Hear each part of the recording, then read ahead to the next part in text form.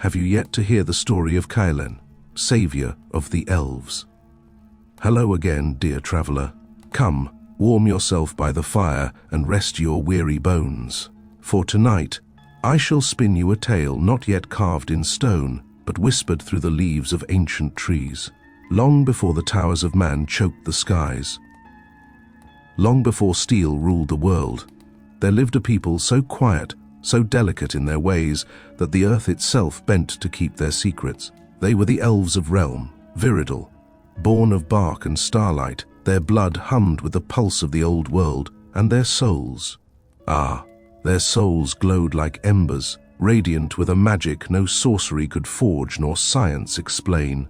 It is said that in the deepest groves of the world, the trees speak, not in words but in feelings, in sighs through the leaves, in tremors along the roots, in the way the sunlight shifts at just the right moment.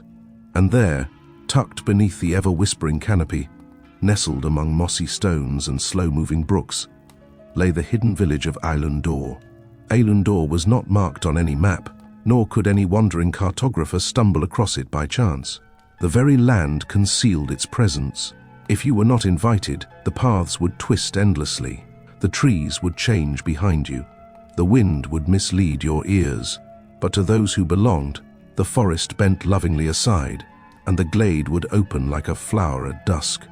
It was here the homes of the elves were not built but grown, houses curled up from roots, hollowed trunks with firefly lanterns suspended like stars. Bridges of woven vines hung above silver streams, and the roofs, if one could call them such, shimmered with living moss that shifted in color with the seasons. Every corner of Elden Ring pulsed with gentle life, from the hummingbird-sized wisps that flitted between lanterns to the stone-faced owls that blinked slowly, keeping watch over the village from the highest limbs. In Elden Ring, the elves lived in harmony not only with nature, but within it. Their lives were not ruled by hours or harvests, but by the moods of the land. When the wind grew restless, they stayed close to hearths and told stories. When the trees sang in the rain, they danced barefoot on the moss, and when the stars fell low and bright, as they sometimes did, they would climb to the highest branches and listen to the stories whispered by the night itself. It is even said that in the olden times the elves themselves could speak with the trees, but this, dear traveler, was only a myth, and if it were ever true, it was a time long forgotten. But even paradise can carry a shadow. You see, traveler, beyond the glade, where the forest thinned and the old paths turned to cobblestone, there loomed a castle. Enormous and pale as bone, it rose from the cliffs like a wound on the land, a fortress of men, spires like spears stabbing at the sky. This was Dareth Hold, kingdom of the soul takers. Men had not always been cruel. Once, long ago, they too had lived among the woods. But as their hunger for power grew, so did their fear of the elves, whose beauty seemed unnatural, whose longevity provoked envy, and whose magic defied their logic. The kings of Dareth, desperate for dominion over the mystical, turned to an ancient myth that within the soul of an elf was a fragment of the world's original light, a spark of creation itself. Thus began the culling. Hunters clad in black steel, their faces hidden behind horned helms, stalked the woods by torchlight. They called themselves the Ashen Order, knights not of chivalry, but of silence and slaughter. They captured elves and carved their souls from their living bodies, a process dark and unknown, aided by cursed sorcerers who sold their own humanity for power. The elves, nearly wiped from history, withdrew deeper into hiding. Entire villages vanished overnight, leaving only vines and feathers behind. The last few who remained, like those in Elden Ring, cloaked themselves in the forest's memory, hiding not just from men, but from the world itself. And so it was that the village of Elden Ring came to exist as a dream nestled between nightmare and myth. Among its quiet population was a boy named Kaelen, small of frame, curious of spirit, with hair like silver thistle and eyes that shimmered the blue of moonlight through leaves. His laughter echoed like birdsong in the hollow trees. Kaelen enjoyed a beautiful family. You see, traveler, all elves are really family. But of course Kaelen, like you, now also had a mother and father. And that is really where our story begins. Kaelen's father, Thalen, a quiet, broad-shouldered elf whose strength was matched only by his gentleness. Kaelen was a fletcher by trade, though he rarely sold his arrows. He believed weapons should be made only for necessity, never for profit. Most days, he taught Kaelen how to speak with the trees. Not in words, no, trees are older than words, but in awareness. "Close your eyes," he would whisper. "What do you feel? The roots are speaking. They will tell you what they remember, if you're patient." And Kaelen did learn. He learned how to listen for the subtle shifts of bark, how to find the singing stones beneath the creek. He learned to weave light through leaf, how to call fireflies when afraid, and how to hear when the forest wanted silence. But he also learned fear, not from his father, who never spoke of it aloud, but in the way Kaelen would pause when a distant howl sounded unnatural, in the way every fire was covered before sleep, every doorway etched with glyphs of hiding. Kaelen learned that they were safe, but only because they were unseen. And one day, he would learn what it meant to be seen. It began with the sound of a branch snapping, not the gentle kind that came with age and wind, but the sharp, brutish crack of something too heavy, too careless, stepping where it should not tread. The trees felt it first. A tremor rippled through the trunks of Eilundor. A whisper passed from root to root like a secret gasping to be told. The elders of the forest, the great oaks, their limbs woven with ancient moss, stirred with warning. The winds, once warm and scented with dew, turned cold. The birds did not sing. Even the mushrooms, delicate and pale beneath the underbrush, curled in upon themselves as if to hide. Kaelen awoke to the stillness. He'd known peace in the grove, known it like the hush of snowfall on pine needles, like the hush of his mother's lullaby. His world, however secret, had been one of rhythm, birdsong at dawn, wind chimes made of silver acorns, the shimmer of dew that danced on leaves when the sun cut through the trees just right. But today, the rhythm broke. His father stood at the edge of the camp, a hand outstretched toward the trees as if listening not with ears, but soul. "Something moves beyond the wards," he said. "Steel and smoke, many feet." He turned to Kaelen. "Gather your sister, wake your mother." Kaelen's heart thudded in his chest like a war drum. He did as he was told. It wasn't long before the sentries returned, not all of them, only two, bloodied and breathless, crashing through the glade with eyes wide from horrors just glimpsed. "They've come," one managed. "From the castle. They know." The word echoed. They know. No one asked how. Some suspected the merchant the elders had once traded with. Others said the forest betrayed them, that the humans had learned to silence the trees, to burn out the roots that once carried elven secrets like wind through a flute. But in truth, it did not matter. They had come, and they had come armed. Kaelen watched from beneath his father's cloak as the first line of humans entered the grove, their armor catching the sunlight like mirrors of death. Crimson cloaks, blades blackened at the edges. They came not to speak nor to warn. They came as harvesters, and the elves were their crop. By order of the king, one barked, "All soulkin are to surrender themselves. Elves, fair folk, and creatures of the shrouded wood. Come forth, and we may show mercy." Kaelen's father stepped forward. He bore no weapon, only a staff of rootwood, the end bound with runes carved in his mother's time. "You speak of mercy, but you come with fire," he said. "You speak of law, but what law governs theft of breath, of light? We have lived in peace. Hidden, yes, but not in malice." The soldier stared down at him, eyes like dull iron.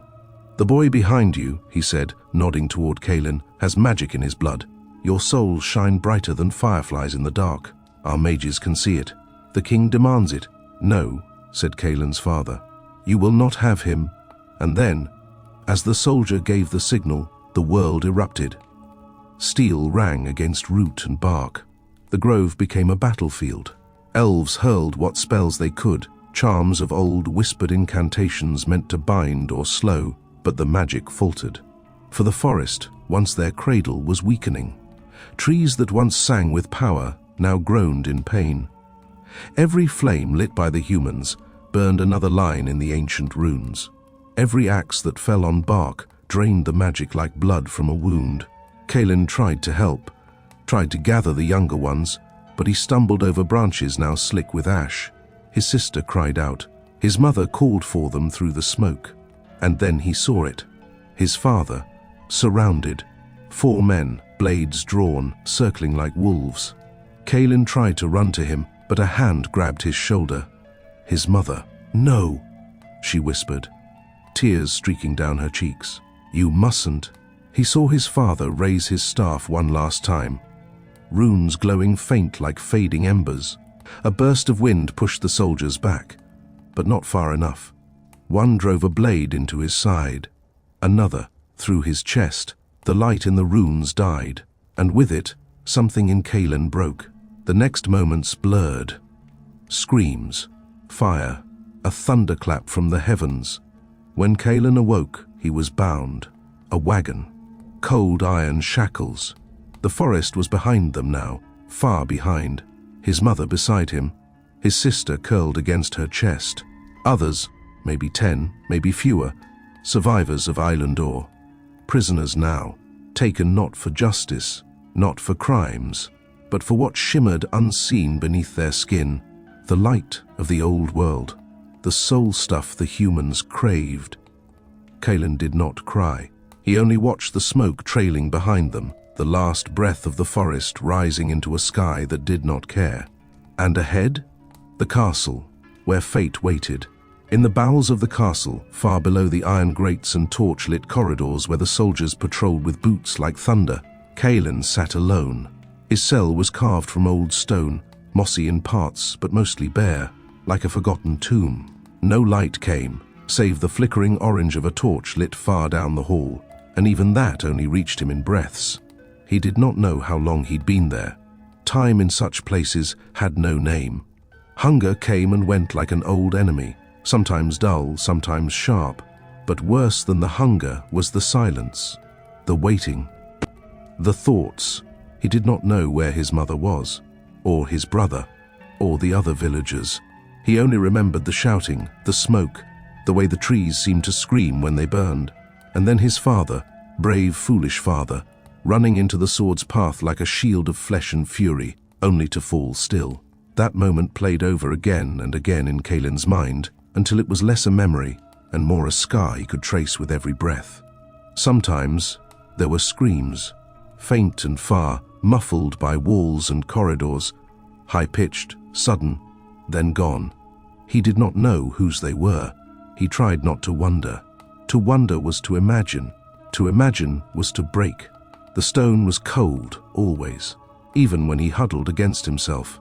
He curled in the corner like a seed, hoping to be forgotten, hoping to grow into something else. Occasionally, a guard passed by.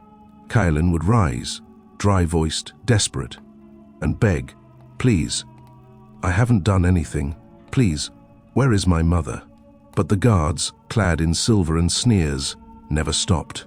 They didn't strike him, not often, but they didn't speak either, as if he were furniture, as if he were already dead. He began to hum, sometimes, just old melodies from his village, the kind sung while weaving branches into walls or gathering water in the dawn mist. Songs his mother taught him, but the words would tangle and the tune would falter, and he'd stop. The silence always came back, eager, patient, waiting for him to slip again. Then one night, or was it day, something changed. He heard a knock, not a loud one, just 3 soft raps against the far wall of his cell. The wall that was stone like the rest, cracked with age, damp with forgotten rain. Kaelen's eyes blinked wide in the dark. He sat up, heart racing. Again, knock, knock, knock. He pressed his ear to the wall. "Hello?" he whispered. Nothing. "Is someone there?" he asked again, louder this time. Still, no reply. He waited. Minutes passed. An hour, perhaps. He knocked back, tap, tap. But silence followed. He did not sleep that night. For days after, he kept to the wall, pressing his ear against it like a child clinging to the stories of gods. He watched it with the desperation of someone waiting for a sign, a flicker of flame in the cold, a leaf in winter. Every small sound in the corridor startled him now. Every creak in the stone made him sit up. But there was nothing more. until the fourth night. Again. Knock, knock, knock. Who are you? Kaelen whispered. Silence. He closed his eyes and leaned his head against the wall, imagining someone else was doing the same on the other side. Maybe another prisoner. Maybe someone like him. Maybe someone who remembered what it was like to be free. For the first time in what felt like years, Kaelen cried, but quietly, so the guards wouldn't hear. The knocking returned the next day. Always the same. 3 gentle taps and no answer. Kaelen began to respond in rhythm. 3 taps back, then silence. It became a ritual, a strange, silent comfort. Soon, he began to speak to the wall. He told it about his village, about the light that filtered through the leaves at dusk, the way the roots of the ancient trees would pulse with slow green light. He spoke of his brother's laugh, his mother's singing voice, the way his father carved spoons and boughs out of the same wood. He talked about the stream that sang as it danced over the stones, and the way he used to believe the forest itself was listening. Maybe it still was. Maybe the forest had sent this knocking. One night when he whispered, "Are you one of us? Are you an elf?"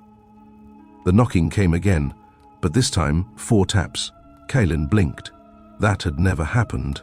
He knocked 4 times in return, and again 4 taps echoed back. They were listening.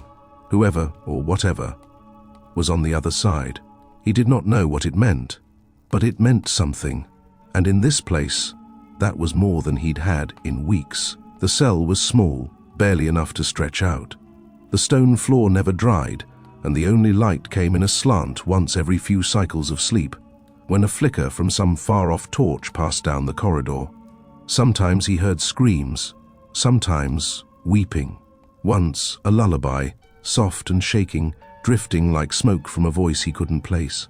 He would press his ear to the wall, eyes wide in the dark, breath held, trying to grasp whose voice it was. His mother? His sister? Or someone else entirely? Someone lost in the dark with him? "Hello," he whispered. Silence. He waited, breath held. A minute passed. Then another. He leaned closer, resting the side of his face against the stone. "Please," he tried again, louder this time. "Is someone there? Still?" For the next few hours, Kaelen didn't move from that wall. He pressed his cheek against it until it grew sore, stared at it until his eyes blurred, hoping to glimpse a crack, a movement, anything. "I heard you," he said, his voice cracking. "I'm here, please. Who are you?" Silence. Again. It went on like this for days. A pattern of knocks. A presence behind the wall that would not speak. He responded, pleaded, asked questions, anything to stir a reply. But the only answer was that rhythmic knock, like a heartbeat behind stone. And then, one day, a voice, ragged, deep and slow, as if unpracticed in speech. "You're young." Kaelen nearly fell backward in shock. "Yes," he gasped, rushing to the wall again. "Yes, I'm Kaelen. I'm—" "Quiet," came the reply, low and stern, not so loud. "They listen." Kaelen lowered his voice to a whisper. "You're real." The man on the other side didn't answer that. Not at first. Then, after a long pause, he murmured, "Been here too long not to be." So began the strangest companionship Kaelen would ever know, spoken through stone, by voices neither had seen. At first, the man said little. Kaelen did most of the talking, grateful for any sound other than the echo of his own thoughts. He told the man about the trees in his village that bent their boughs in greeting, how the leaves whispered stories when the wind was right, how he had once watched a flower bloom from nothing when his sister sang. He told him about the lake, where his mother would hum lullabies that made the fish rise to the surface, listening like children at a bedtime tale. The man said little in return, but he listened. Over time, he began to speak more, in short sentences, blunt and simple. He never gave his name. He told Kaelen he'd once been a soldier. A long time ago. Another war, he said. Another king. When Kaelen asked how long he had been in the cell, the man said, "Longer than the rats," then chuckled, the sound dry as old parchment. They spoke about dreams, about fear, about whether the stars still shone. The man liked to ask Kaelen to describe the sounds he remembered. What did the sea sound like? He asked one day. Like something breathing, Kaelen said, eyes closed. Huge, alive. It never stopped. The man fell quiet for a long while after that. One day, Kaelen risked it. "I'm an elf," he whispered through the stone. The silence that followed was sharp. "I figured," said the voice eventually. Kaelen flinched. "How? You speak like the trees. At least, what I remember of them." The boy smiled for the first time in weeks. Another night passed before the man spoke again. "You want to get out of here?" Kaelen froze. "Yes, I might have a way," said the man. "Not soon, not fast. But maybe." "Why me?" "Because I'm old. I've watched too many fade in here. But you haven't faded yet." Kaelen's heart pounded. "Tell me." "Not yet. You'll need strength. You'll need to listen. And you'll need to survive the next part." "What part?" The voice behind the wall said nothing more that night. But Kaelen could feel it, like wind before a storm. Something was changing. And in that dark place, for the first time since his father's fall, he felt the smallest ember of something ancient and precious. "Hope. Name's Enna," said the old man. They called each other by name now, a fragile thread between them. Each day they exchanged more. Kaelen would recount what little he could see through the iron-barred slit in the wall. The guards, the food trays, the flicker of torchlight at night. In the times they weren't planning, Enna would tell him tales of lands beyond the castle, of trees that moved like waves and mountains that bled silver when wounded. The old man spoke of kings and chains, of the world as it once was, when men and elves lived uneasily side by side, bound more by need than trust, when the forests still whispered magic and the rivers told truths. But then came the king. "A king without a name worth remembering," said Enna. "Only a hunger." He believed that man should rise above all others, not through wisdom or grace, but through domination. He saw the elves not as kin, but as keys. Your souls carry what his cannot. Memory, magic. He envied that. Kaelen felt the words strike something deep in him. He remembered his father's face the moment before death. Not rage, not even fear, only sadness. "You knew him? The king?" "I served him once," said Enna, his voice bitter as iron. "Long ago, before I knew what he truly was. I helped build the prisons you now rot in, and when I saw the truth, I spoke out. So he put me in one." Kaelen leaned against the wall, breath shallow. "Then why help me?" "Because I want to see the sun before I die. And maybe," Enna paused, "maybe you'll do something with the chance I never had." The silence after that was heavy, but not cold. They sat like that for a time, one on either side of the wall, not speaking but not alone. It was weeks before Enna spoke again of escape. "There's a fault in the wall," he said one morning, his voice closer than usual. "I found it years ago, behind the loose stone at the edge of my cell. Too small for me to crawl through, but not for someone your size." Kaelen felt his pulse race. "You think it leads out?" "No, not on its own. It leads to a lower hall, forgotten and damp, but there are tunnels there. Old ones. Smugglers' paths, from before the castle became a kingdom. If we time it right, and if the guards stay blind, you can slip through." "What about you?" Enna laughed, and it was not a joyful sound. "These bones won't fit through that hole, boy, but you can still run, still fight, still find your kin." Kaelen was quiet. "I won't leave them," he said finally. "My mother, my sister, they were taken too." "I know," said Enna, "but I cannot help you save them. I can only help you save yourself." The plan was slow in forming. Enna explained how the guards rotated, how their boots echoed when they passed, how every seventh night, two would trade places in the western corridor, leaving a brief window when the path was unguarded. Kaelen would need to slip into the lower passage, find the old door near the wine cellars, and pray it hadn't rusted shut.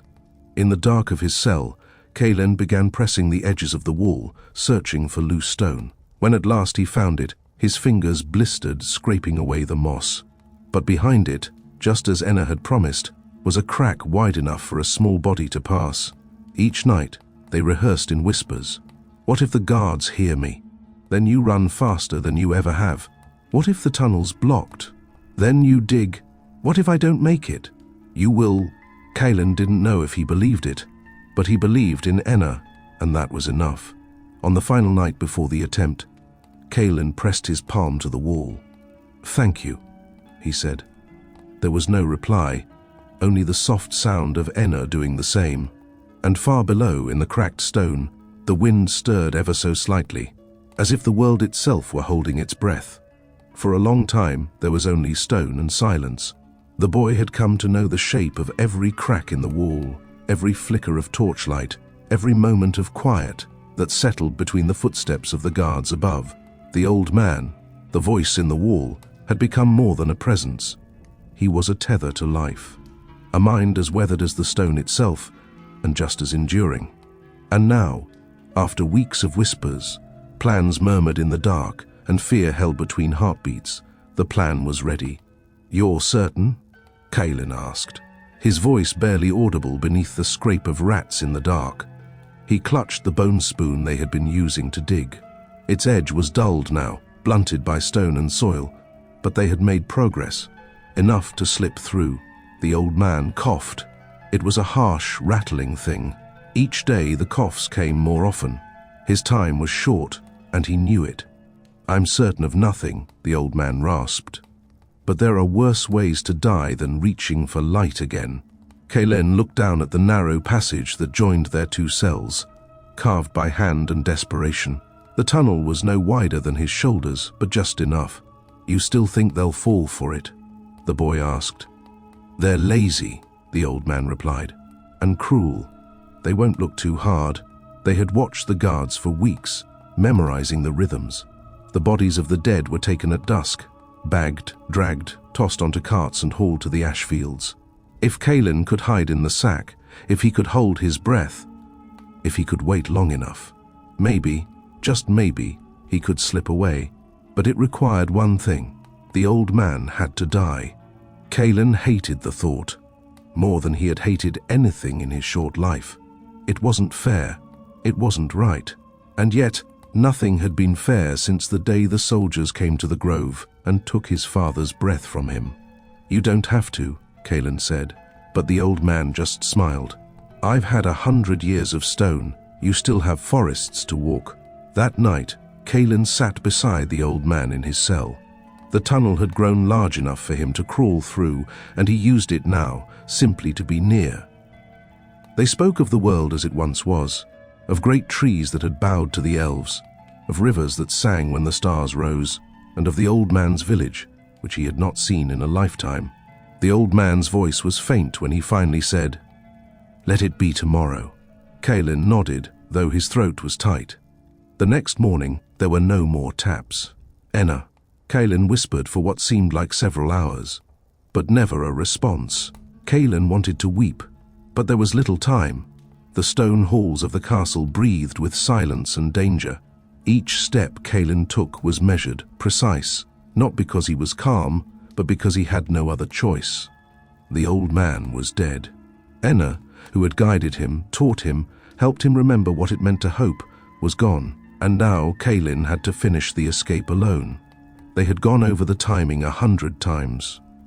From Kaelen's cell, through the drainage corridor, up into the abandoned pantry, along the eastern hall with its broken sconces, and then, finally, to the chamber that held Enna's body. He had only one chance to get it right. If he missed the window, the guards would find him. They'd open the cell and find no Enna, no corpse, just a boy with pointed ears and fire in his eyes. And that would be the end. He crouched beneath the rusted archway, watching the lantern light dance along the hall ahead. The guards rotated every 4 minutes. 3 minutes since the last pass. He drew a breath. One step, then another. The stone beneath his feet was cold. It had rained earlier. Water leaked through the cracks in the ancient mortar. The smell of damp rot and oil clung to the walls. Kaelen moved like shadow. When he reached the pantry, he ducked beneath the sagging shelves, slipping through the narrow gap behind a crumbling wine rack. They'd found this path weeks ago. Enno had called it a skeleton's throat, a narrow channel once used to shuttle food during sieges. Now it served a different purpose. When he emerged on the other side, he was closer. The corpse chamber. It was dimly lit, as expected. The guards rarely stayed long. No one liked the smell of death. Kaelen crept to the iron door and pressed his ear to the surface. Silence. Good. He eased it open and stepped into the room. Enno lay on the slab, just as they'd planned. Wrapped in the cloth the guards had provided, his eyes gently shut, his hands folded. Kaelen's chest clenched. "I'll get you out of here," he whispered. They had practiced the steps. The guard would come, unlock the door, see the covered body, and carry it and Kaelen to the burn pit. From there, freedom. But there was one thing left. The key. Kaelen ducked behind the slab and peered through the narrow slot in the door. The hallway was empty. Just down the corridor, 3 paces away, was the night guard's post. Enno had said he always dozed near the end of shift. Kaelen had to hope that was true. He crept to the door and peered into the guard's nook. The man was slumped in a chair, mouth open, snoring like a war horn. His keys hung lazily from a hook on his belt. Kaelen swallowed his fear. One step. The floor creaked. The guard stirred. Kaelen pressed flat against the wall, heart hammering. A moment passed. Then another. The snoring resumed. He edged forward and reached for the key ring. Metal jingled softly as he lifted it free. Then, footsteps. Not the guard. Another, coming from the far corridor. Kaelen froze, key in hand. He ducked low and scrambled silently back to the corpse chamber, slipping inside and pulling the door shut just as the torchlight reached the hall. Voices. 2 guards. Laughing. "Burn crew's late again," one muttered. "They always are," said the other. "Let's just get it ready." Kaelen raced behind the slab, heart slamming against his ribs. He clutched the keyring and knelt beside Enno's still form. "I'm ready," he whispered. He pulled aside the cloth and climbed onto the slab, laying himself in the curl of the old man's body. The scent of death clung to the air, sharp and bitter. He curled tight, clutching his knees, willing his breath to slow.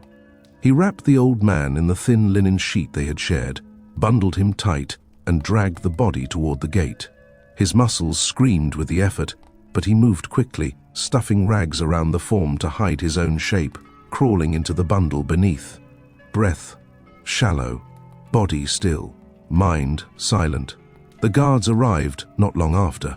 Kaelen could hear them curse at the stench. "'Bout time that old rat croaked," one muttered.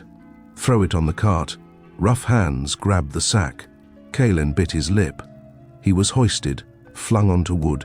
The breath knocked from him. Others were added, the dead and dying, and the cart rumbled forward. He had no way of knowing how long the journey was. Minutes?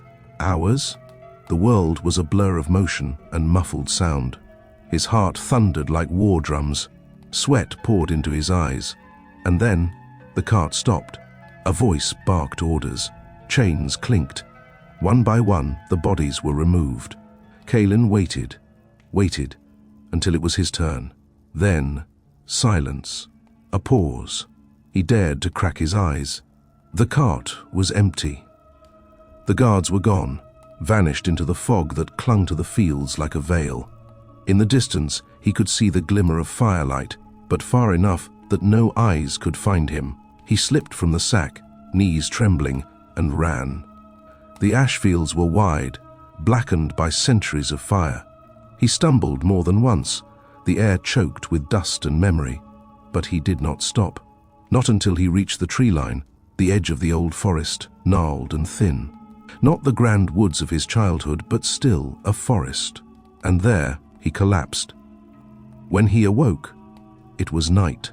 The stars above him blinked like old friends. He dragged himself to the riverbank nearby, his limbs weak, his mind fogged. He washed in silence, scrubbing the filth of prison from his skin, rinsing the blood from his hair. The water was cold. unforgiving, but clean. He sat there a long time, wrapped in the damp blanket of night, his knees drawn to his chest. The castle stood in the distance, tall and cruel, its towers piercing the sky like teeth. He could still see it. He could never not see it. And part of him, the part that still heard his father's laugh, still remembered the way his mother braided his hair, wanted to go back. To try, but he didn't even know if they were alive. Tears welled in his eyes, but he blinked them away. He could not afford hope. Not yet. Instead, he turned his gaze to the stars. "I made it," he whispered. Not to anyone, but to the wind, to the trees, to the soul of the old man who had given his life so a stranger might escape. "I made it." A rustle in the leaves startled him. He crouched, heart pounding, but it was only a fox, curious and lean, blinking at him with eyes that glowed silver in the moonlight. Kaelen smiled. He was still alive, and the world was wide. He would rest tonight, hidden in the brush beside the river. But come morning, he would move. There were other elves, he was sure of it, tribes in the north, scattered enclaves in the eastern groves, whisperings of a haven in the cliffs. He would find them. He had to, because someone had to fight back. And maybe, just maybe, he would return. One day. But not tonight. Tonight, he closed his eyes beneath a blanket of stars and let the sound of water carry him toward sleep. The moon rose like a half-lidded eye above the forest, drowsy and indifferent, casting a silver veil over the land. Kaelen lay tucked beneath a fallen branch, its mossy blanket cradling him as he drifted in uneasy sleep. His breath was shallow, the kind that carries dreams too fragile to last. And in this dream, he saw his father, not dead, not broken, but standing tall at the edge of the woods, whispering something Kaelen couldn't quite hear. And then the forest screamed, not with words, not with sound, but with a trembling, a knowing. Kaelen's eyes snapped open. Thick hands gripped his ankles. Another clutched his wrist. He kicked and thrashed, but it was like fighting mud. Hulking shapes swarmed from the underbrush. Squat, hunched creatures with skin the color of rotted bark and breath like iron and milk gone sour. Trolls. Kaelen screamed, but the forest swallowed it whole. The trolls bound his arms, wrapped his face in a cloth, and hoisted him like a sack of grain. His world went black. They moved fast. Trolls are not clever, but they are old, and they know the roots of the land better than most. Down into the forest's belly they went, past rock that bled with moss and trees that leaned away. Kaelen could feel it all, even blindfolded. The hum of wrongness, the pull of something ancient disturbed. When the cloth was yanked away, he found himself in a clearing unlike any he had ever seen. It was not a village, not really, just a cluster of great stone slabs arranged in a circle, as if some old god had tossed down its bones and the trolls had made their homes in the marrow. Fires burned blue and green, thick with smoke. Rusted cages hung from the trees, swinging in the wind, though there was none. And eyes, dozens, hundreds, watching. The trolls were speaking in their tongue, a low, bubbling growl like earth shifting after rain. One of them, broader than the rest, approached. His arms were wrapped in chain, and his belly was marked with old scars that told stories Kaelen did not want to know. He's small, the troll growled in common. But he'll burn fine. Burn? Kaelen's heart thudded against his ribs. The trolls dragged him to a wooden post in the center of the stones. Bones surrounded it, animal mostly. Some less so. They tied him fast, stacking dried weeds at his feet. "Wait!" Kaelen shouted. "I'm no threat to you. I'm just a boy." The big troll grinned, revealing teeth like carved stone. "Boy's blood makes good fire." "Elf blood. Even better." Kaelen struggled, twisted, cried out. No one came. Then something strange happened. The firewood whispered. At first, he thought it was the wind, but no, it was the trees, not with voice, but with memory, with the deep, aching wisdom of bark and root and sunlit yearning. "Call us," they said, "as your father did, as his father before him." Kaelen closed his eyes. He had never learned the old ways, not truly.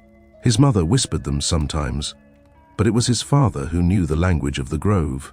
Still, something deep within him stirred, a seed his father had planted long ago. He breathed, deep, centered, let his fear pass like mist through branches.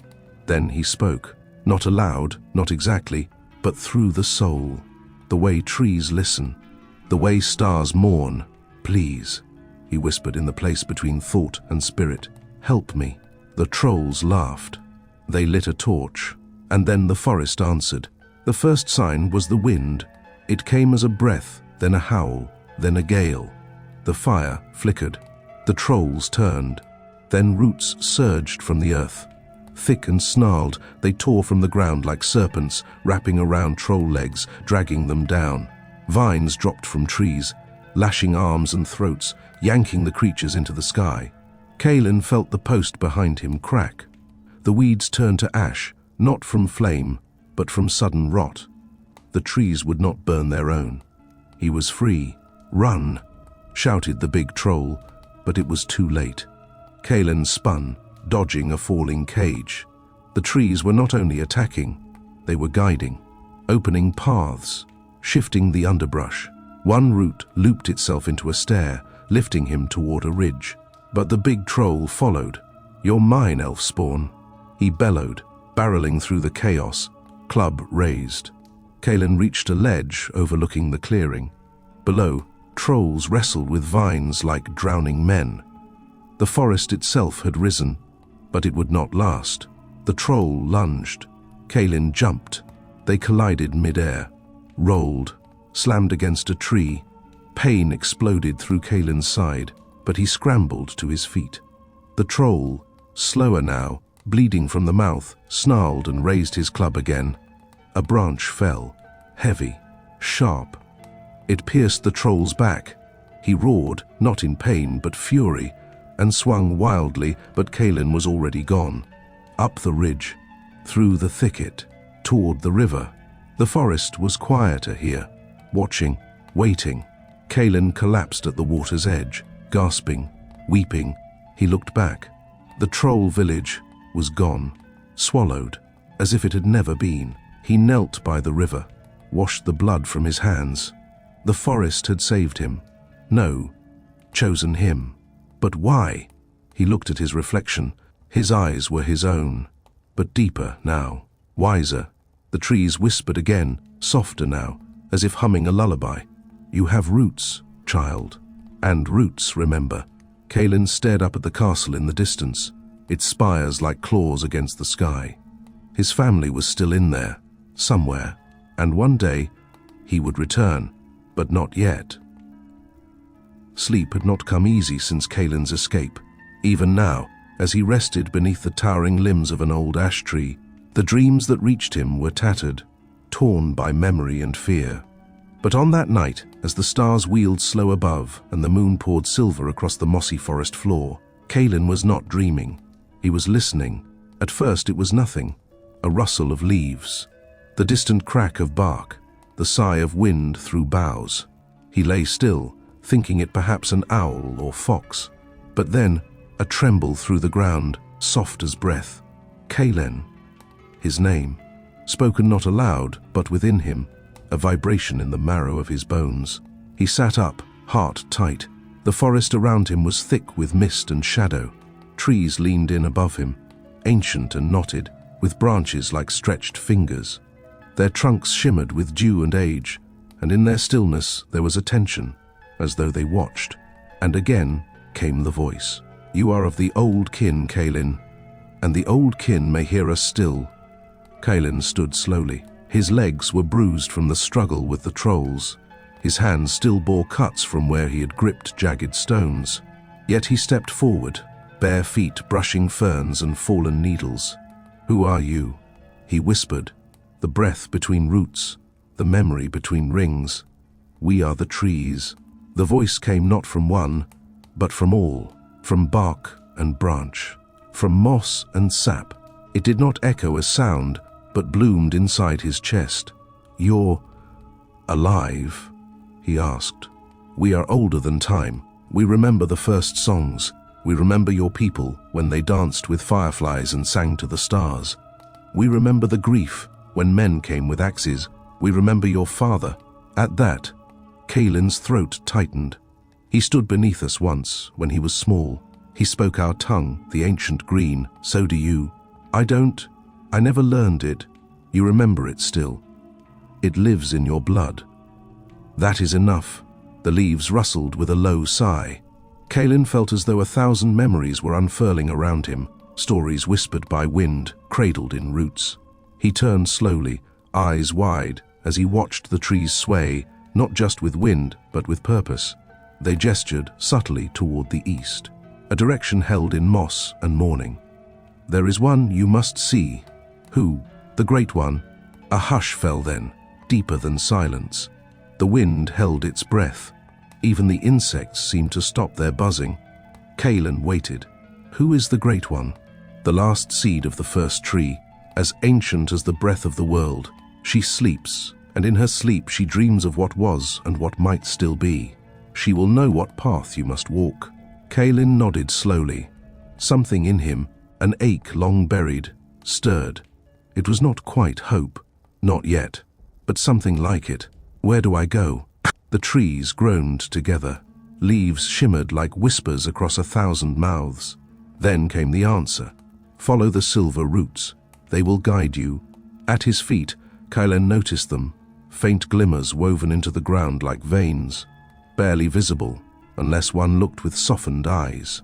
The silver roots ran east, twining through soil and stone, brushing past ferns and mushrooms with purpose. He gathered himself, took a breath, and began to walk. The forest changed as he walked. The air grew thicker, richer, as though each breath carried 100 perfumes. Wildflowers glowed faintly in the underbrush, and the trunks of trees shone faintly with bioluminescent moss. Sometimes Kaelen felt he was being watched, but never in a way that frightened him. The woods were not hunting him, they were guiding him. Birds he had never seen trilled high above. A herd of silver-furred deer paused as he passed, then darted away, leaving behind only their glowing tracks. Time bent in the forest. He did not know if he had walked for hours or days. There was a few hours where Kaelen, somewhat embarrassingly, bowed to a very large elm tree, certain that he had reached his destination, only to see after a few futile attempts that he was meant to go around the elm rather than speak to it. But at last, he came to a clearing. There, the trees gave way to a wide, grassy bowl, and at its center stood a tree unlike any other. It was colossal, so vast that even from a distance, Kaelen could not see its top. Its bark was the color of twilight, etched with runes so old they seemed more like natural growth than writing. Its roots stretched in every direction, burrowing deep into the earth, while its branches held orbs of light that pulsed like stars. He stepped forward, breath shallow. This was no ordinary tree. This was a being, the Great One. It was a cathedral of bark and vine. It was a mountain of memory. Roots the size of rivers coiled from its base, burrowed into cliffsides and distant hills. Its trunk bore scars, some made by fire, others by time itself. And its canopy, it blotted out the sky. It shimmered with stars that were not stars, lights that pulsed with breath, leaves that sang in silence. Kaelen stood, small and shaking, at the edge of the ravine. The air was thick with age. Every breath he took tasted like forgotten songs. He did not know how to approach. He did not know if one approached such a thing. But then the wind shifted, and with it came a voice, not loud, but felt. Come, child, come and be seen. So he climbed, down into the ravine, across moss-slick stones and ancient bones, up again, over roots as wide as houses, until at last he stood before the Great One's base, beneath an archway grown of living wood. There was no door. He stepped inside. The chamber was dim, lit only by a soft green glow that seemed to come from nowhere and everywhere at once. The floor was polished root. The walls pulsed gently, like a great heart. And in the center of the space sat a figure, not a tree, not quite, but neither was it a man. nor a god, nor beast. It was all of them. The Great One, in form, resembled an ancient elf, tall and bowed, carved of bark and breath. Its eyes were hollow, but within them danced 1,000 suns. Its arms were limbs. Its limbs were branches. It was the first child of the world, and its last memory. It did not move when Kaelen entered, but its voice bloomed in his chest like spring. You have come far. You carry sorrow. You carry questions. Kaelen dropped to one knee, not out of reverence, but because his legs gave out. Tears sprang to his eyes, and he did not wipe them away. I don't know what I must do. You are Kaelen, of the elves. You are of the old line. You are of the forest-born.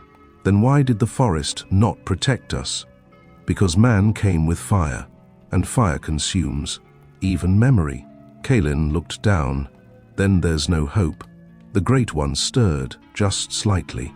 There is always hope, so long as there is root, so long as breath stirs leaf. But hope is not given, child. It is made, grown. The chamber darkened, and images flickered in the bark around them. Memories of wars long past, of elves in shining courts, of kings who knelt to forest spirits, of betrayal, of fire, and then of a boy. You, Kaelen looked up. You are not the first child to lose his father, nor the first to rise from ash, but you are one of few who still hears, still listens. That is your gift, and your burden. Kaelen swallowed hard. What do I do? The Great One rose. It rose like a storm, like a moon blooming through soil. Its body stretched until it filled the chamber. The walls trembled. You must remember.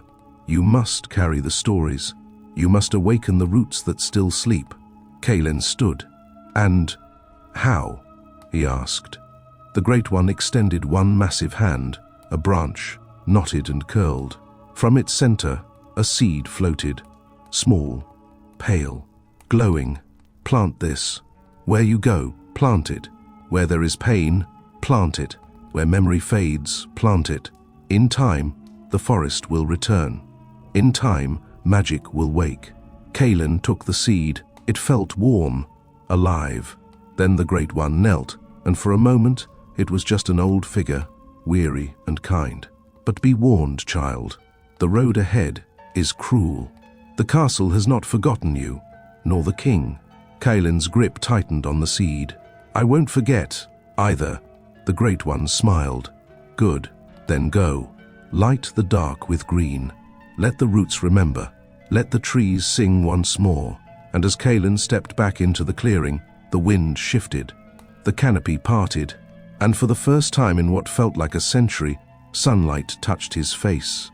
The roots beneath Kaelen's feet hummed with slow, ageless power as he lingered in the silence that followed the Great One's parting words, but he did not turn away. The Great One had offered wisdom. It had given him the seed, a chance to heal, to remember, to regrow. That was more than any living elf had received in an age. But Kaelen's heart burned with a need that went deeper than destiny. His family still lived, or so he prayed. Somewhere beyond the forest's borders, in the cold stone belly of the king's castle, they were caged. And what was wisdom to a locked door? What was hope to a sword? Kaelen stepped forward, his voice trembling like a sapling in wind. Great One, he said, I must ask for something more. At once, the forest tensed. The trees around him groaned in disapproval, bark twisting with ancient disdain. The wind hissed through the canopy like an angry breath. Even the birds fell silent, as though the very act of voicing such a thing had disturbed the natural order. None ask, murmured a smaller elder tree, its voice like cracking ice. None dare, whispered another. The boy is foolish, muttered a third. Still, Kaelen did not lower his gaze. I know what I am, he said. I am no warrior, I am not strong, but I have seen death and cruelty, and I cannot stand by.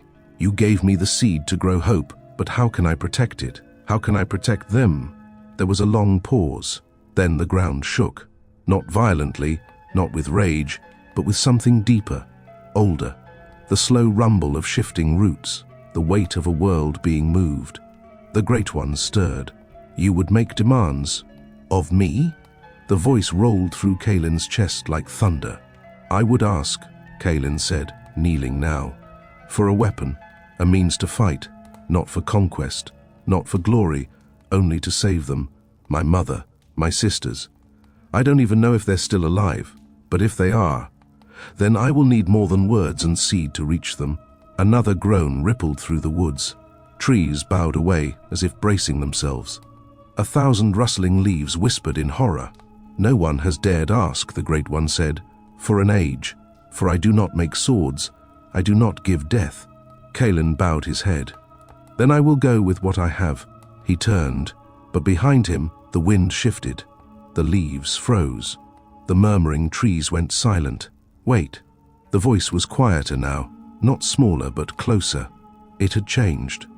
Kaelen turned back. The Great One, impossibly massive, had grown still. At the base of its colossal trunk, something had shifted. A split in the bark, a crevice long sealed, now opening like an ancient wound. From it, light spilled. Dim at first, then pulsing, gold and green and red, as if from a forge older than fire. And from within that hollow, something began to rise. "Long ago," said the Great One, "in the days before men came in iron and stone, before the elves fell, before magic was hidden, I was asked once, only once, to create." Kaelen stepped closer, breath caught in his throat. The thing emerging was not metal. It was not forged by fire. It was not made, not in the way human things were made. It was grown. Vines, twisted and hardened to the density of ironwood, wove into the shape of a long, curved blade. The hilt was bound with bark still living, warm to the touch. The edge, somehow, shimmered like moonlit dew, yet carried the weight of a mountain's wrath. Ancient runes, illegible even to Kaelen's elven tongue, glowed faintly beneath the surface. But it was the core of the blade that frightened him. It beat, a faint, steady thrum, like a heart still alive. The Great One's voice was quieter now and full of memory.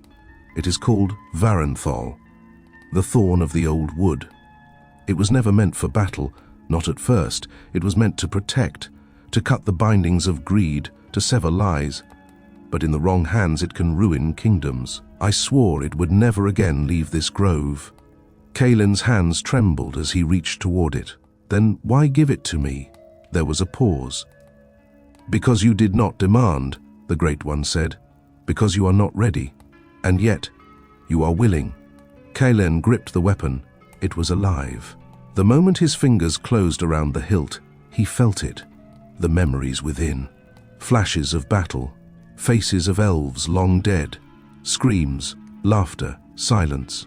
And beyond that, a quiet voice. The weapon's own will, ancient and burdened, folding itself into him like a memory rediscovered. The forest watched in awe. Even the eldest trees bowed. The Great One spoke once more, its voice fading into the leaves. "Carry it with care, Kaelen, for it is not a gift, but a burden, and it will cost you.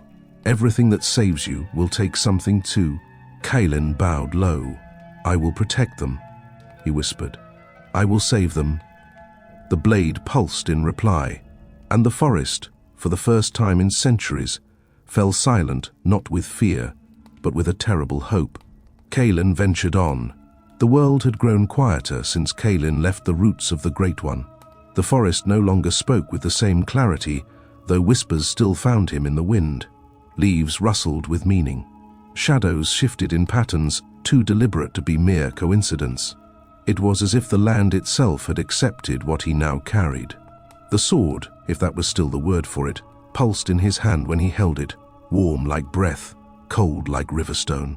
Runes that had not been there before now lit its surface in a slow wave of shifting language, not carved but alive, moving like veins just beneath the skin. He journeyed eastward toward the castle that had once loomed as a silent sentinel above his village. Now, he saw it for what it was, not a monument, but a cage. It grew larger with each step, like it was swelling with the weight of all the sorrow it held. Walls dark with soot and time stretched into clouds.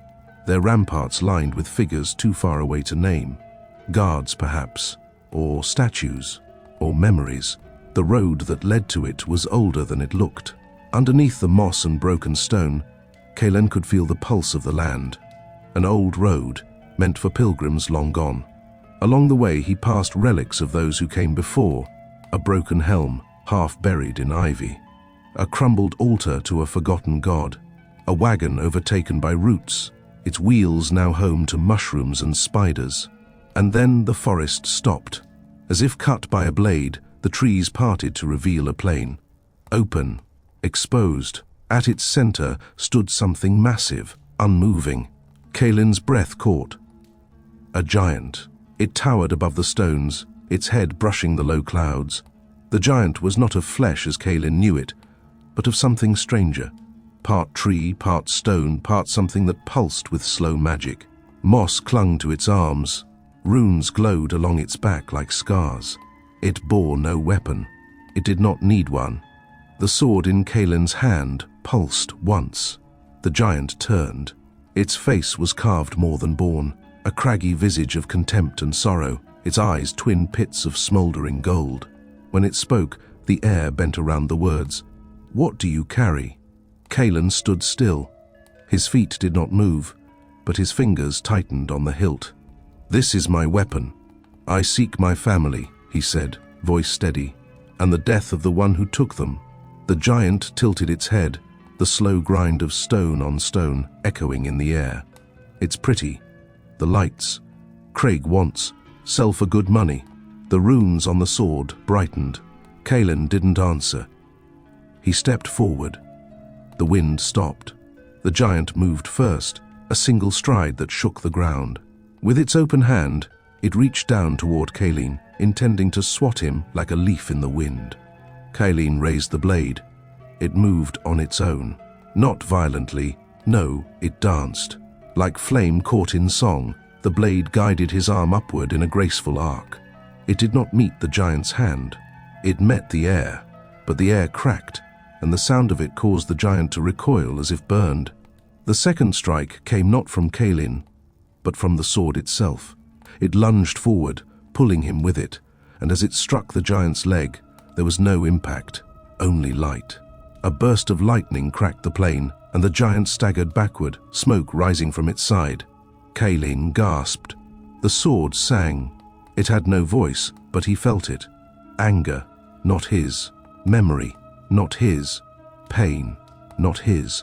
This was not a blade of vengeance. It was a blade of grief. The giant roared and swept its arm sideways, catching Kaelen mid-step. The boy was thrown across the field, tumbling like a rag through grass and stone. His ribs screamed. Blood filled his mouth. He stood. The sword was already in his hand.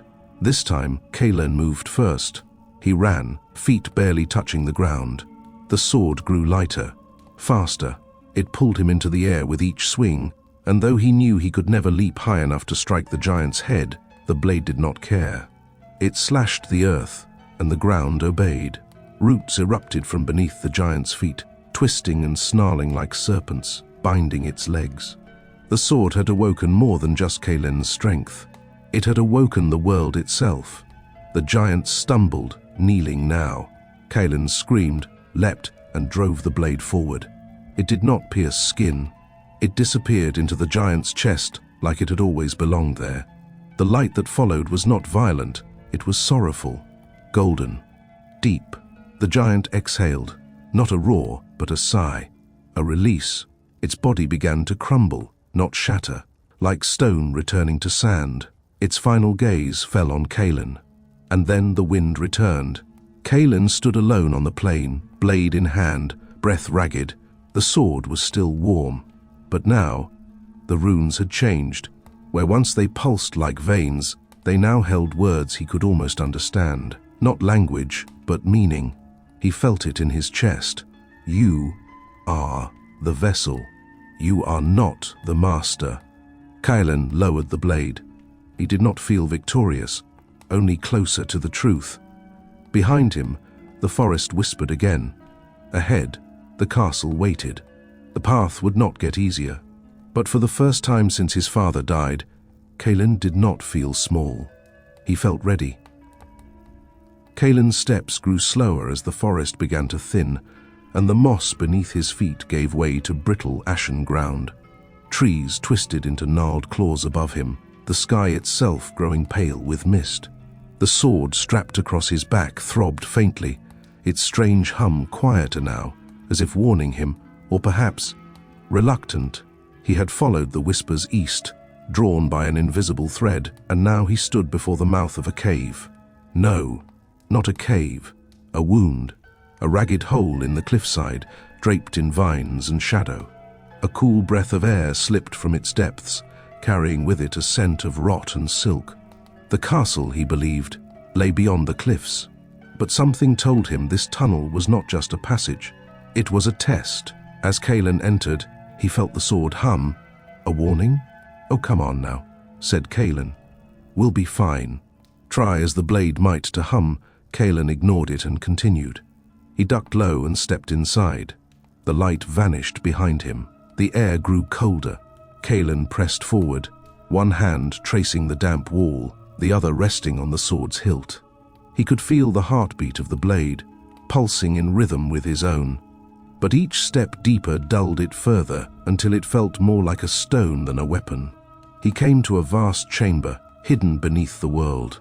Silk coated everything, like snow, but wrong. Pale, sticky threads clung to the walls, looped from ceiling to floor in thick, winding strands. The webs shimmered with a faint, sickly light, illuminated by glowing fungus that blinked like dying stars. And from those webs, bodies, wrapped in cocooned silence. Elves, men, creatures neither one nor the other. They hung like decorations in a shrine to something ancient and terrible. Kaelen stepped forward cautiously, and then a sound, not footsteps, not breath, a clicking. Dozens of clicks, maybe hundreds.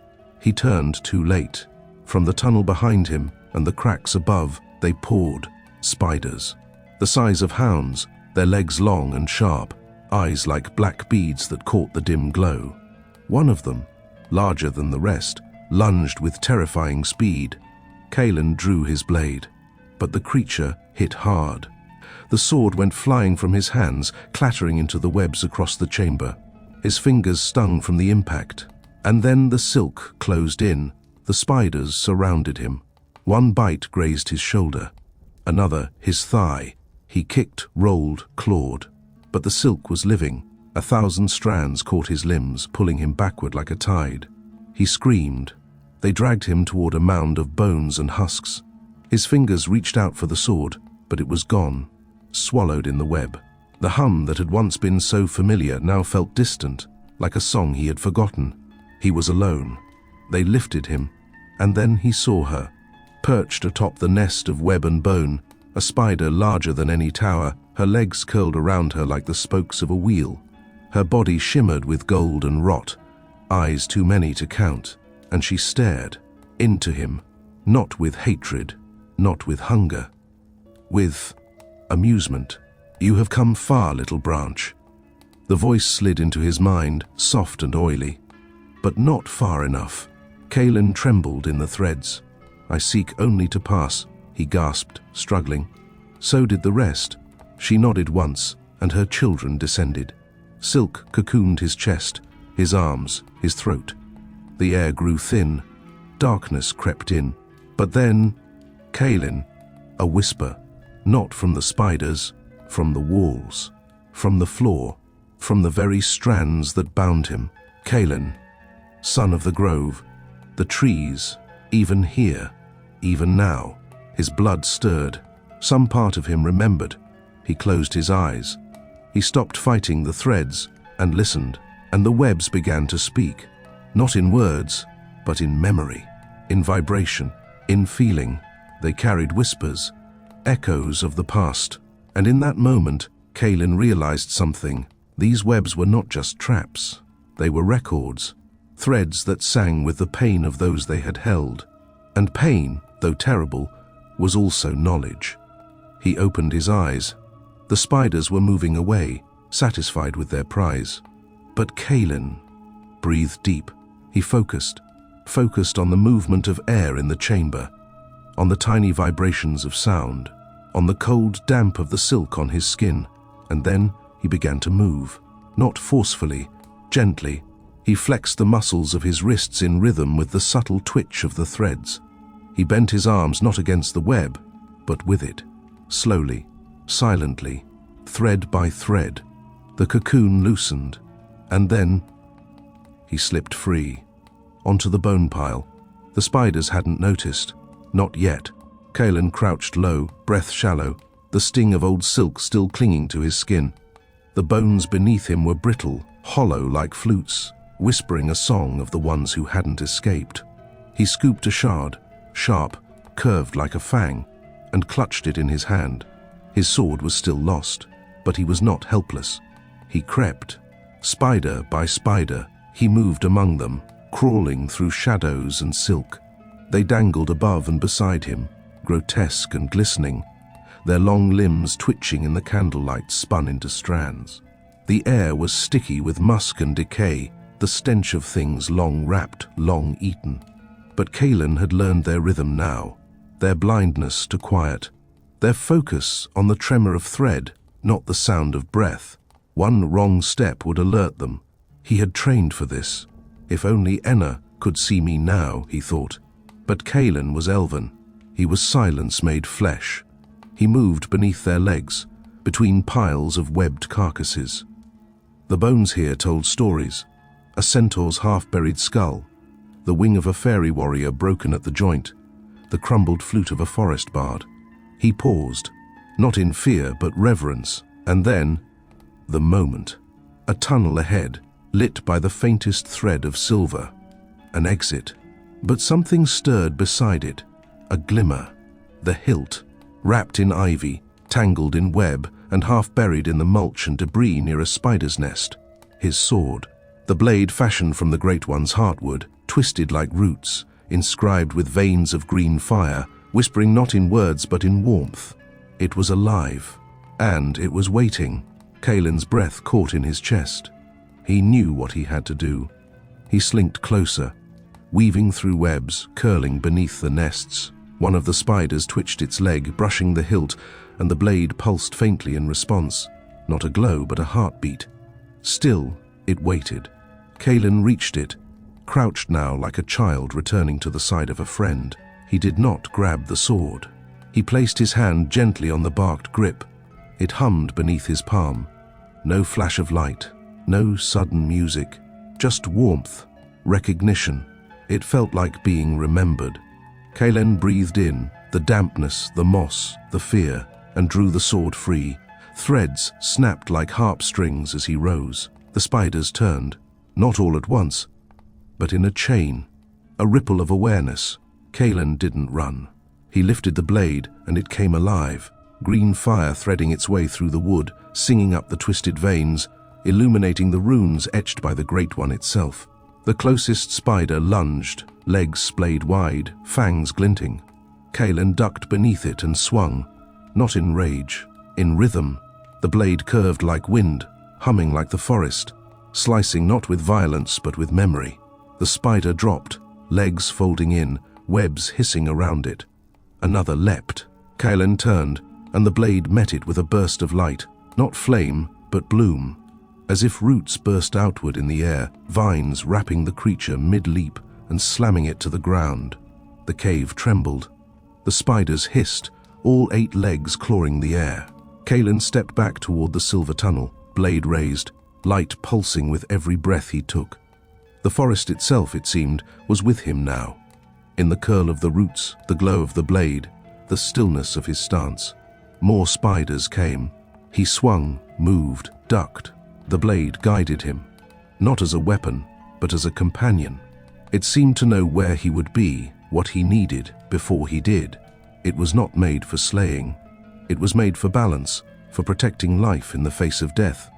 Finally, only one remained, the largest, the queen of the webbed halls. Her eyes gleamed with centuries of hunger. She hissed, and the cave trembled. Kaelen didn't flinch. He stepped forward, blade raised.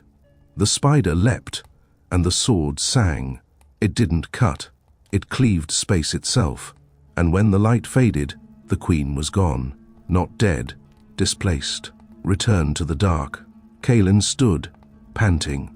The webs that filled the cavern began to wither, slowly curling in on themselves, vanishing like breath in winter.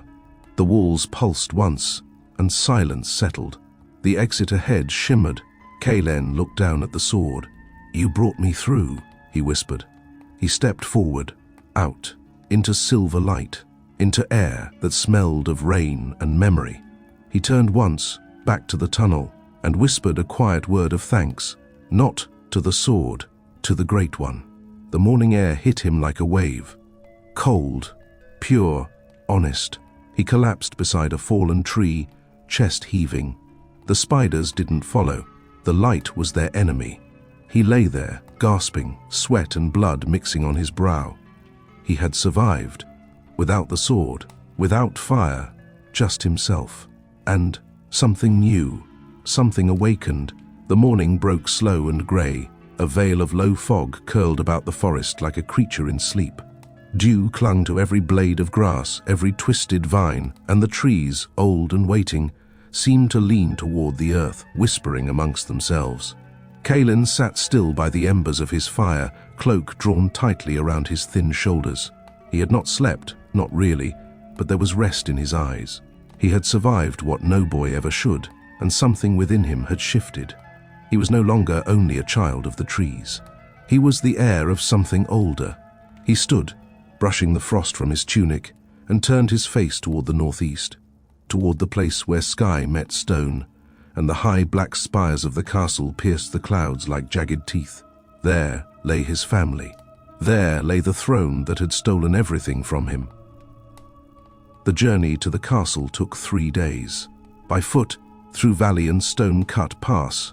The road had once been ancient, a pilgrimage path carved by the old kings. But now it lay crumbled and overgrown, half swallowed by moss and silence. Kaelen moved quickly by night, beneath the pale eye of the moon, and slept in hollows by day, shielded by rock and the roots of elder trees. Animals watched him, but did not approach. Birds did not sing when he passed. Even the wind, it seemed, bowed low.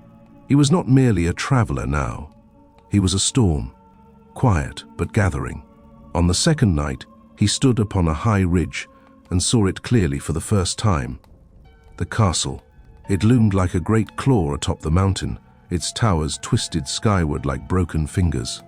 The moonlight revealed jagged parapets, rusted iron spires, and windows like hollowed-out eyes. A place of power, a place of ruin, and in its shadow, Kaelen could see the old elf road, now broken, leading to a side gate. No guards, though he knew better than to believe it undefended. He would approach not as a soldier, but as something stranger. The sword pulsed once more at his side, and he felt the breath of the forest in his lungs. That final morning, as mist coiled around the gate, Kaelen stood upon the edge of the wood and stared at the world that had shattered his own. The trees behind him murmured gently, not words but feelings, sorrow, caution, love. One of them, an old ash tree, bent toward him with a creak like bones. "This path does not end," it seemed to say. "But it will change you." Kaelen nodded. "I do not wish to return unchanged." Then he stepped forward, across the threshold where moss gave way to stone, past the edge of the world he had known. The blade guided him. He did not walk openly, for the path to the castle was riddled with ruin and watchers, strange stone gargoyles whose eyes flickered when he moved, hollow soldiers that walked the battlements like sleepwalkers, bound by old enchantments. Once, a beast made of smoke sniffed the air and turned in his direction. But when Kaelen froze, the wind shifted, and it padded away into nothingness. He was not invisible, but he was unseen. The blade had a will. It dimmed when danger approached, and shone when paths were clear. It guided his steps like an elder sibling, never speaking but always present. At the end of the day, as the sun bled out behind the peaks, he reached the base of the castle wall. There, half buried in ivy and stone, he found the old servant's arch, a forgotten entrance from another age. He pulled the sword free, placed his palm against the sigil carved into the stone. and the wall opened with a soft sigh, as if it too remembered the elves who once walked these halls. Inside, the air was cold and old. Dust drifted through halls of cracked marble. Chandeliers hung like bones, unlit and swaying. The castle whispered to itself, the voices of the past, caught in corners and cobwebs. He moved like breath through it, past the kitchens where pots still waited, through servants' quarters that smelled of lavender and mold, up staircases that turned in impossible spirals. And at the highest point of the western wing, Kaelen found the window that overlooked the world. He stood there, beneath the stars, sword in hand, the castle stretched below him like a labyrinth. The wind touched his hair. He thought of his mother, of his sister's laugh, of the father who died with fire in his eyes. And then he whispered something into the dark. "I'm coming." The sword pulsed once, steady, calm. The morning of Kaelen's assault, the castle had not yet stirred. Staring towards the beast, Kaelen assured himself, would find the cells. He would find his family. The time for hiding had ended. Now came the reckoning. The wind bit at Kaelen's skin as he stood atop the last ridge overlooking the castle, a silhouette of dark towers and jagged battlements, each stone radiating cruelty carved over centuries. The sword on his back, gifted by the Great One, pulsed gently, like a heart at rest but ready to wake. He exhaled. The time had come. Down the hill he went, cloaked in shadows, his footfalls muffled by the moss-choked earth. The air thickened with every step, as though the land itself warned him to turn away. But Kaelen pressed forward, not with fear, but fury.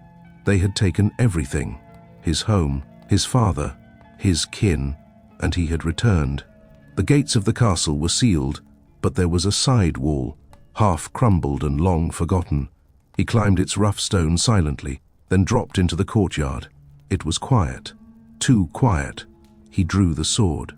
The moment it left its scabbard, the stillness shattered. The air crackled, magic stirred. From the mists of the courtyard came shapes, armored men, cloaked in night, summoned by the scent of elven blood. Their eyes glowed faintly. Kaelen struck. The blade moved before he could think, guiding his hands, no using them, each swing clean, deliberate, fatal. One by one they fell, not with screams, but with gasps, like they realized only at the moment of death that a child could wield such wrath.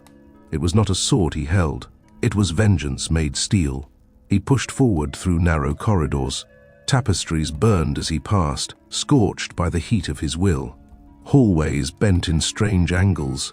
The castle was old, laced with sorcery, meant to confuse invaders. But Kaelen was no invader. He belonged here now. Room after room, guard after guard. The sword sang. He was tired, but the weapon seemed to give him strength, or take it in exchange for its violence. He wasn't sure. He felt stretched, like the edge of the blade was slowly becoming him. A wide stairwell descended deep into the castle's belly, lit by torchlight and blood. He followed it. Below, he found a large chamber filled with rusted cages. The cells were carved into the rock itself, barred by bone-white iron.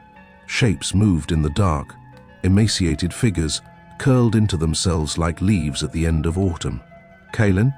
The voice stopped him cold. He turned.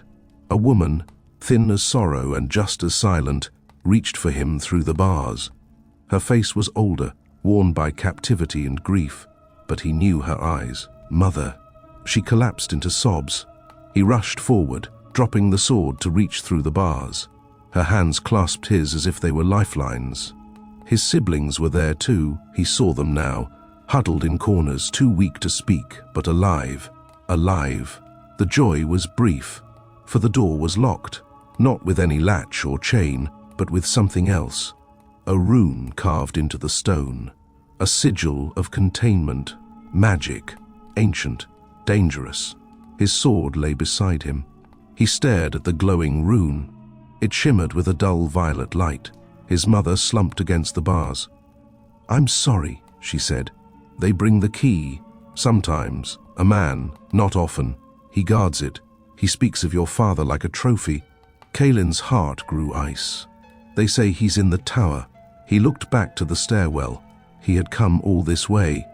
He had crossed death and myth. He would not stop now. He turned to his mother. "I'll come back." "You'll need the key." "I'll get it." He grabbed the sword. This time it moved, with reluctance, with weight, as if unsure. But he did not falter.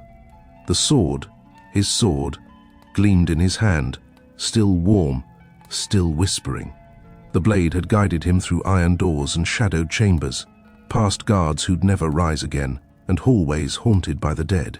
He had found his family, mother, brother, and sister, huddled in the cold dark of a locked cell, barely alive, skin pale, voices faint, but eyes alight with a glimmer of belief he hadn't seen since the old village, since the time before ruin. But the door would not open. A great iron gate bound by magic, by blood, and by a key that only one soul possessed. The king. Kaelen now stood before the great black stairs leading to the royal chamber, sword in hand, heart pounding like war drums in his chest. Thunder rolled through the heavens above, as if the world itself prepared for what was to come. The doors opened before he touched them, not pushed by hand, but willed open by something older, darker. And there, atop a throne of petrified roots and wolf bone, sat the king. He was not as Kaelen had imagined. No crown, no golden robes, just armor black as forgotten nights and eyes as cold as empty graves. His beard was grey with age, yet his body pulsed with youth, the power stolen from 100 elven souls, coursing still through his veins. He did not look surprised to see Kaelen. "So," the king said. His voice was like iron breaking. "You made it farther than most." Kaelen said nothing. He stepped forward, sword low. "I suppose you've come for the key," the king mused. He rose, slow and deliberate. "And yet, even with that blade, I wonder if you're strong enough to take it." "I'm strong enough to end this," Kaelen said. The king laughed. "Do you know why I've hunted your kind, boy? Why I feed on your kindling souls?" Kaelen didn't answer. The king answered himself. Because the elves believe in harmony. They live in quiet. They whisper to trees and stargaze and sing to the wind. But the world is not made for that. It is made for domination, for will, for strength. He drew his own blade, massive and jagged, forged from the blackened horn of some ancient worm. Magic pulsed from it, old and angry. "But let us test your strength," he growled. And then he charged. The first blow shook the chamber. Kaelen's sword screamed to meet it, lightning and steel clashing in a flash of fire. Sparks flew like comets. The king moved like a beast, heavy and fast, all force and fury. Kaelen darted beneath the swings, using speed over strength, letting the blade guide him, whispering when to step, when to leap, when to strike. But even so, the king was too strong. Every block sent shudders through Kaelen's bones. Every dodge was a near miss. The king's strength was unnatural, fed by years of stolen life, twisted by the darkness he'd buried himself in. "You tire," the king growled, slamming his blade down again and again, cracking the stone floor. Kaelen rolled clear, gasping for breath. The sword pulsed in his hand, not in fear, but in warning. "You must be clever now." Kaelen looked to the walls. Tapestries flapped in the wind from broken windows. The old tree roots that framed the throne had grown into the architecture. Above them, an iron chandelier, heavy with age. The king charged again. Kaelen ran, not from fear but toward the wall. He leapt, kicked off a jutting stone, and swung upward. The king turned too slow. Kaelen's sword slashed, not at the king, but at the iron chain holding the chandelier above. A snap, a groan, a crash like thunder. The chandelier fell. The king looked up too late. It crushed him, pinning him beneath a mountain of iron and flame. Kaelen limped forward, chest heaving, blade glowing in his hand. The rubble shifted. A gauntlet clawed its way free. The king emerged, bloodied, armor cracked, fury etched into every line of his face. He roared. But this time, Kaelen was ready. The sword thrummed. The runes along its blade lit like constellations. And then, Kaelen swung. The blade cut clean, through armor, through bone, through the shadowed heart that had fed on his kind. The king fell. It was over. The chamber went silent again, the kind of silence that comes after a storm. Kaelen knelt. From around the king's neck he took the key, silver and black, shaped like a root twisted by flame. He rose and turned. His sword was quiet now. His eyes were not. The castle breathed no more. Kaelen moved through the broken halls, blood still on his hands, smoke still rising from the throne room behind him. The sword had dimmed now, its lightning hushed, but not gone. It no longer needed to shout. Its work was nearly done. He passed through the corridors like a shadow, the key gripped tightly in his palm.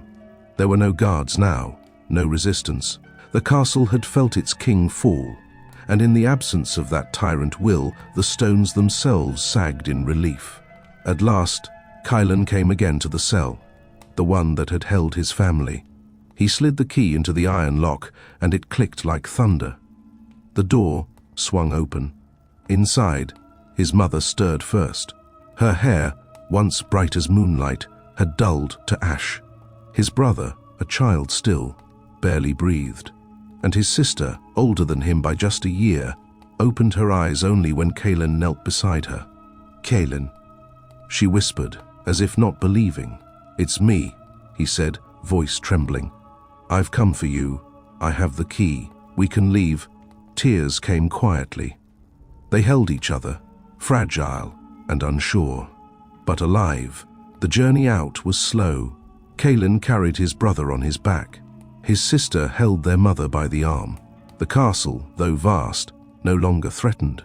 The trees beyond the walls had begun to stir again, whispering as Kaelen passed. The forest was remembering. At the edge of the woods, where the path forked toward the old village, Kaelen stopped. A field stretched before them, wide and open. He led them off the path and into the grass, to a single stone. He placed it down carefully, upon a knoll facing east, where the sun had begun to rise. With the sword, he carved words into the surface. Not deep, not long. "Here lies the man of stone, who broke no chains but showed the way." He stood in silence for a long time. The old man had not escaped. His body still lay in the catacombs, a bag of bones wrapped in cloth. But Kaelen would not forget him, the voice that spoke through the walls, the laugh that warmed the dark, the plan that gave Kaelen his freedom. "I wish you could see this," he whispered. The wind answered, quiet and soft. They traveled for many days, through burned forests, past dead towns, always heading east toward the greener lands beyond the mountains. The sword, now wrapped in cloth, was never far from Kaelen's side. He never drew it again. It had served its purpose. In time, they found other elves, hidden groves, underground gardens, a people rebuilding in secret. It was here he would bury the seed given to him by the Great One, a promise of future peace, of a return to nature. And one night, under a silver moon, Kaelen sat by the fire with his family beside him. He looked up at the trees and listened. The leaves whispered still, of the old world, of new beginnings. And Kaelen, boy of the lost village, bearer of the blade, simply closed his eyes and listened. He had come far, and he was home.